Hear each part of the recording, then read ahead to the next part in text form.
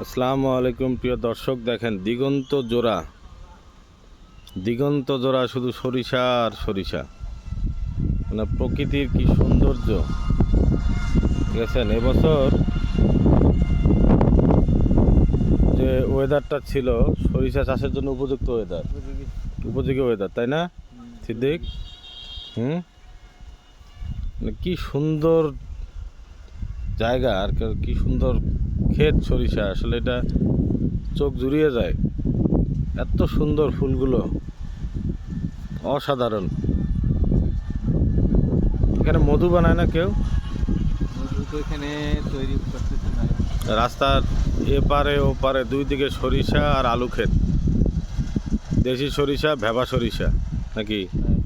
ভেপা সরিষা এলে আঞ্চলিক ভাষা। সুন্দর সরিষা ক্ষেত। সরিষা চাষ তো লাভজনক অনেক, তাই না? সরিষা চাষ অনেক লাভজনক। এবছর সেচ লাগে নাই। বৃষ্টি হইলো মাঝখানে। হ্যাঁ, বৃষ্টির জন্য আর সেচ দিতে হয় নাই সরিষা এবার। ও আচ্ছা, এবছর এই বৃষ্টি হওয়ার কারণে নাকি সেচ দিতে হয় নাই, তাহলে কৃষকের খরচও অনেক কম হয়েছে। তার মানে এবার লাভ বেশি হবে। লাভ বেশি আর কি। বিঘা প্রতি কয় মণ সরিষা হয়?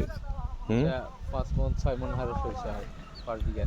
5 মণ 6 মণ? হ্যাঁ, 1 বিঘাতে 5-6 মণ করে সরিষা হয়।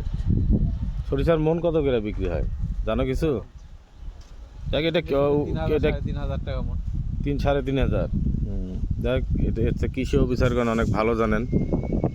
তো ধন্যবাদ। এই অঞ্চলের যিনি কৃষি অফিসার আছেন তাকে অসংখ্য ধন্যবাদ যে তার এলাকায় অনেক সুন্দর দিগন্ত জোড়া বিস্তীর্ণ সরিষা ক্ষেত দেখলেই ভালো লাগে। মানুষ প্রতি ইঞ্চি জমির সঠিক ব্যবহার করছে। এমনিতেই বগুড়া নওগাঁ অঞ্চল খুবই কৃষি সমৃদ্ধ অঞ্চল। এখানে প্রচুর পরিমাণে ক্রপ ডাইভার্সিফিকেশন। যদিও আমি ফিশারিজের মানুষ, কৃষি সম্বন্ধে টুকটাক ধারণা রাখি, তবে এই অঞ্চলে ভ্যারাইটিস প্রকৃতির সবজি সব বিভিন্ন রকম ফসল, মশলা জাতীয় উদ্ভিদ চাষ হয়। দেখুন, আসলে আমি এই রাস্তা দিয়ে যাচ্ছিলাম, হঠাৎ করে এই সরিষা ক্ষেতটা দেখে মন জুড়িয়ে গেল। এই জন্য এখানে দাঁড়ায় একটু আপনাদেরকে দেখানোর জন্য আর কি স্ক্রিনশট নিচ্ছি, কিছু ছবিও তুললাম।